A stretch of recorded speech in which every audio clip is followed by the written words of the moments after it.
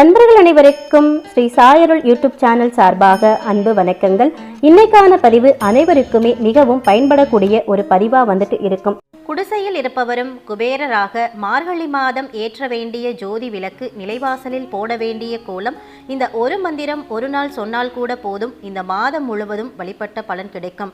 இந்த பதிவில் பார்த்தீங்கன்னா மார்கழி மாதத்தில் நாம் செய்ய வேண்டிய 3 முக்கியமான செயல்கள் குறித்த முழு தகவலையும் கொடுத்துருக்கேன். ஏற்கனவே நாம் மார்கழி மாதம் குறித்த ஒரு பதிவு கொடுத்துருந்தோம். அதுக்கு நல்ல வரவேற்பு இருந்தது. நிறைய பேர் அந்த வீடியோ பார்த்து நிறைய கமெண்ட்ஸ் கொடுத்துருக்கீங்க. அதற்கு நான் மிகப்பெரிய நன்றிகளை தெரிவிச்சுக்கிறேன். அந்த வீடியோ போல் இந்த வீடியோவும் உங்களுக்கு பயனுள்ளதாக இருக்கும் அப்படின்னு சொல்லி இந்த வீடியோக்குள்ளே நாம் போகலாம். இதுவரைக்கும் நம்ம சேனல் சப்ஸ்கிரைப் பண்ணாமல் இருக்கீங்க அப்படின்னா சப்ஸ்கிரைப் பண்ணிவிட்டு பக்கத்தில் இருக்கிற பெல் பட்டன் கொடுத்து ஆல் அப்படின்ற நோட்டிஃபிகேஷனையும் ஆன் பண்ணி வச்சுக்கிறேங்க. இந்த வீடியோவுக்கு ஒரு லைக் கொடுத்துட்டு கமெண்ட் செக்ஷனில் ஓம் மகாலட்சுமி தாயே போற்றி போற்றி அப்படின்ற ஒரு கமெண்ட்டும் கொடுத்துருங்க. பொதுவாக மார்கழி மாதம் அப்படின்னாலே இறை வழிபாட்டுக்கு ரொம்ப ரொம்ப உகந்த மாதம். இது நம்ம எல்லோருக்கும் தெரிஞ்ச ஒரு விஷயம். மார்கழி மாதம் பிரம்ம முகூர்த்த நேரத்தில் நீங்கள் செய்யக்கூடிய பூஜை உங்களுக்கு அந்த வருடம் முழுவதும் நல்ல பலனை கொடுத்துக்கிட்டே இருக்கும். வருடம் முழுவதும் சந்தோஷமாக வாழ இந்த மார்கழி மாதத்தில் இறைவனை கட்டாயமாக வழிபாடு செய்யுங்க. சில பேருக்கு வாழ்க்கையில் சின்ன சின்ன பிரச்சனைகள் வரும் போகும். ஆனால் பல பேருக்கு பார்த்தீங்கன்னா பிரச்சனை தான் வாழ்க்கையாகவே இருக்கும். இப்படிப்பட்டவர்கள் எல்லாம் 8 திக்கிலிருந்தும் வரக்கூடிய பிரச்சனைகளிலிருந்து தப்பிக்க இந்த ஒரு வழிபாட்டை இந்த மார்கழி மாதம் முடிகிறதுக்குள்ளே செஞ்சிடுங்க. மார்கழி மாதம் ஒரு நாள் மட்டுமாவது பிரம்ம முகூர்த்த நேரத்தில் இந்த விளக்கை ஏற்றி வச்சுட்டு உங்களுடைய தீராத பிரச்சனையை இறைவனுடைய பாதங்களில் இறக்கி வைங்க. தீராத அந்த பெரிய துன்பம் இந்த மார்கழி மாதம் முடிகிறதுக்குள்ளே சரியாயிடும்.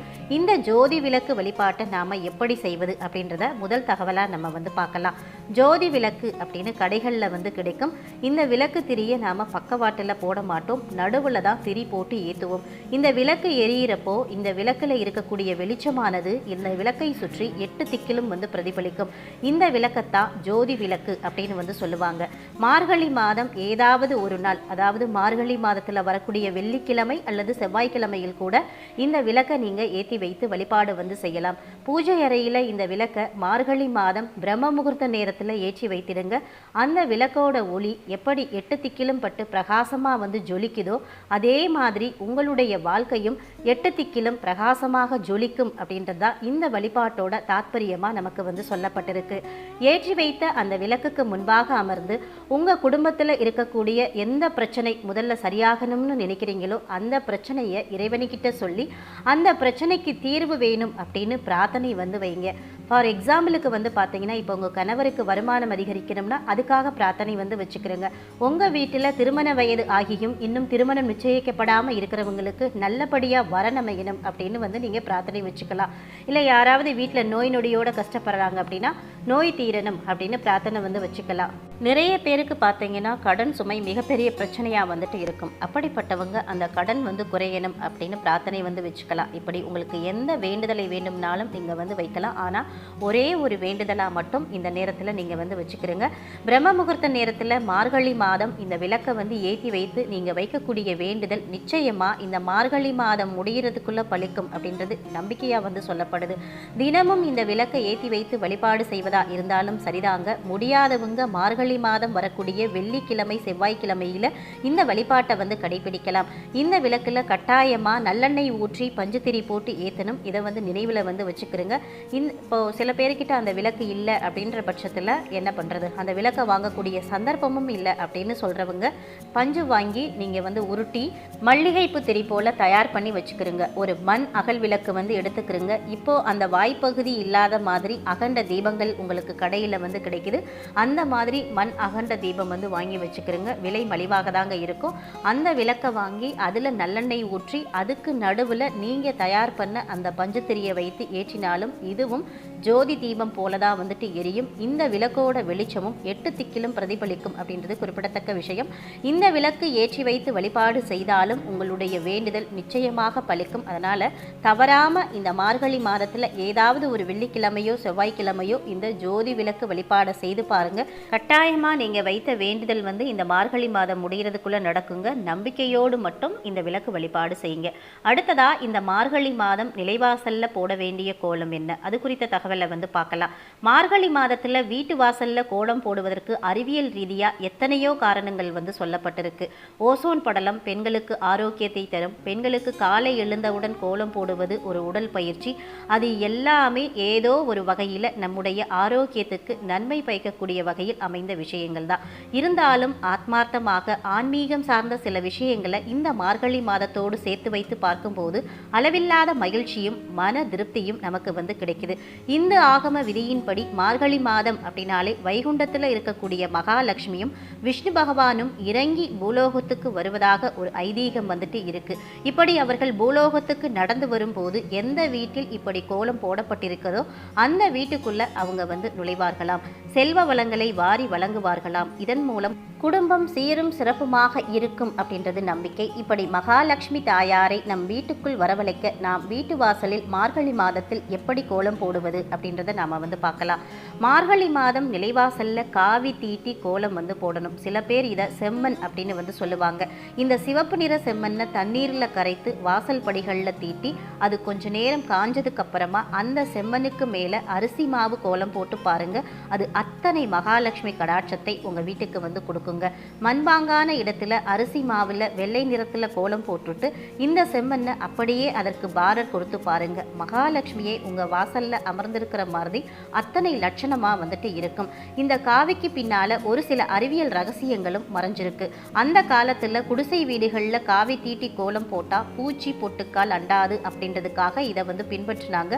இன்னும் ஆழ்ந்து இதை ஆராய்ச்சி செய்து பார்த்தா செம்மண்ணில் கேலமைன் அப்படின்ற ஒரு வேதிப்பொருள் வந்துட்டு இருக்கிறதாவும் இதை விரல்களால் தொட்டு கோலம் போடும்போது நம்முடைய தோலில் இருக்கக்கூடிய செல்களுக்கு நன்மை தரக்கூடியதாகவும் சொல்லப்படுது. இதையும் தாண்டி இன்னும் பல நல்ல விஷயங்கள் சொல்லப்பட்டிருக்கு. அதையெல்லாம் பார்க்கணும் சொல்லணும் அப்படின்னா இந்த பதிவு இன்னுமே நீண்டுட்டு போகணுங்க. அந்த விஷயங்கள் எல்லாம் நம்முடைய நன்மைக்காக தான் சொல்லப்பட்டிருக்கு.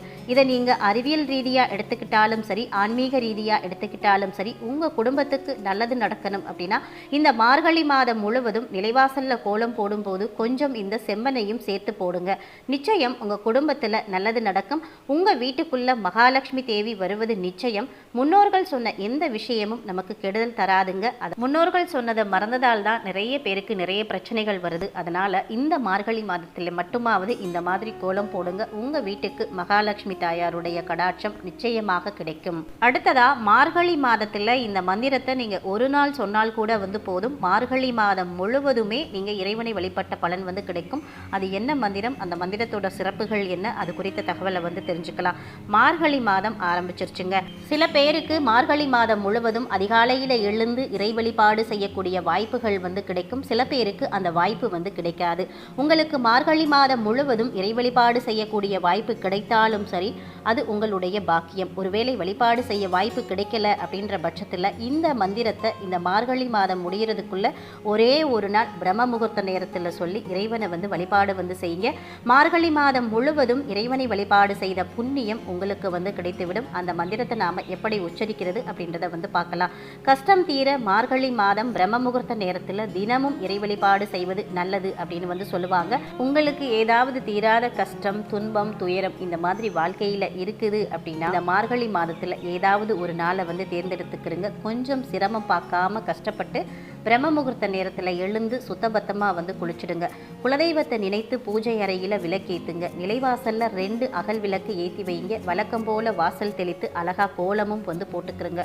முடிஞ்சால் குடும்பத்தில் இருக்கக்கூடிய உறுப்பினர்கள் அனைவரும் இந்த பூஜையில் வந்து கலந்து கொள்வது சிறப்பு வாய்ந்த பலனை நமக்கு வந்து கொடுக்கும். பூஜை அறையில் பூக்களால் அலங்காரம் வந்து செஞ்சுட்டு விளக்கு ஏற்றி வைத்து உங்களால் முடிந்த பிரசாதத்தை இறைவனுக்கு வைத்து பூஜை அறையில் அமர்ந்து இங்கே சொல்லக்கூடிய இந்த மந்திரத்தை ஒரு 27 முறை வந்து உச்சரிக்கணும். அதிசக்தி வாய்ந்த அற்புதமான இந்த மாதம் முழுவதும் வழிபட்ட பலனை நமக்கு தரக்கூடிய நம் பிரச்சனைகளை தீர்க்கும் அதிசக்தியான மந்திரம். ஓம் நமோ பகவதே வாசுதேவாய. ஓம் நம சிவாய. ஓம் நமோ நாராயணாய. ஓம் நமோ பகவதே வாசுதேவாய. நான் ஒரு முறை உச்சாடனம் பண்ணியிருக்கேன். நீங்கள் 27 முறை உச்சரிக்கணும். இது ஒரு எளிமையான பஜனை பாடல் வரிகள் தான். பஜனை பாடல் பாடும்போது இந்த மந்திரத்தை பாடலாக ராகத்தோடு பாடுவாங்க. உங்களுக்கு இந்த மந்திரத்தை எப்படி சொல்ல வருமோ அந்த முறையில் வந்து சொல்லுங்க. தவறு ஒன்றுமே வந்து கிடையாது. அந்த நாராயணரையும் சிவபெருமானையும் சேர்த்து வழிபாடு செய்த பலன் வந்து கிடைக்கும். இந்த மார்கழி மாதம் முடிகிறதுக்குள்ள இந்த மந்திரத்தை உச்சரிக்க இருக்கிறவங்களுக்கு தீராத கஷ்டங்கள் துயரங்கள் வந்து தீரும். நம்பிக்கையோடு செய்யுங்கள், நல்லதே நடக்கும். அடுத்த பதிவில் சந்திப்போம். நன்றி, வணக்கம், வாழ்க பல்லாண்டு.